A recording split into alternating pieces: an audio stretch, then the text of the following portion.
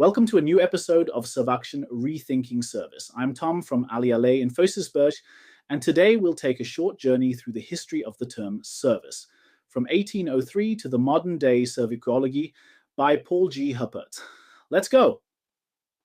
In 1703, French economist Jean-Baptiste Say introduced the idea of immaterial products, economic values that only exist at the moment they're created and consumed. Metaphor. Think Snapchat. Once it's there, it's gone. That's how Say saw services. But today, Serviciologie criticizes this. Calling a service a product is a contradiction. Services aren't produced, they're rendered individually, once and fleetingly. That's what we now call Servuktion. In 1977, Lynn Shostack shook things up with her article, Breaking Free from Product Marketing. Her point? Product-based marketing doesn't work for services. They're intangible, perishable, busy, and customer integrated. Says he kept metaphor, try putting Netflix movies on a bookshelf. Doesn't work. Same with product logic in services.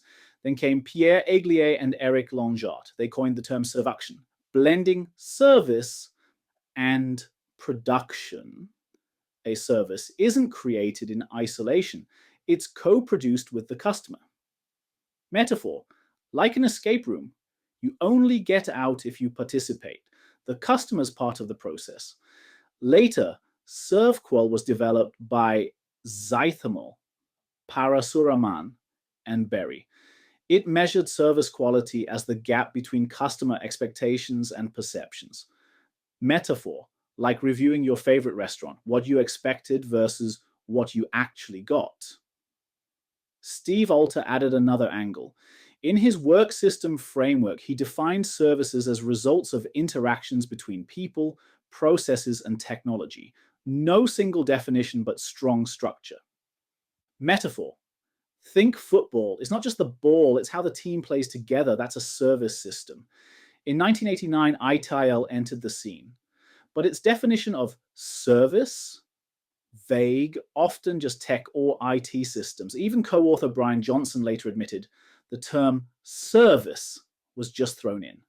Metaphor, calling a phone TikTok. No, the phone's the device. The service is what you do with it.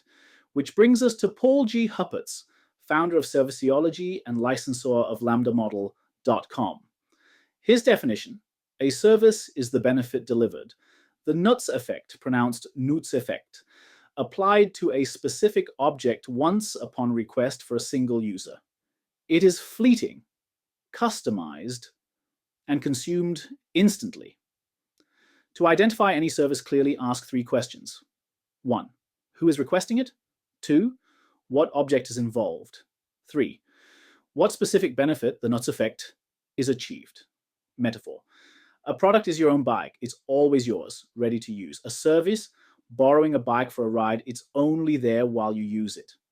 Conclusion. From Say's immaterial products to Shostack's revolution, from Aglier's Servuktion to Huppertz's clarity, the term service has come a long way. And thanks to Serviciologie, we now have a clear, structured, user-centered definition. That is the key to scale AI enables services. Thanks for listening. And remember, it's all about the Nutzeffekt. This was Tom from AllyAllez in Serviciologie. See you next time.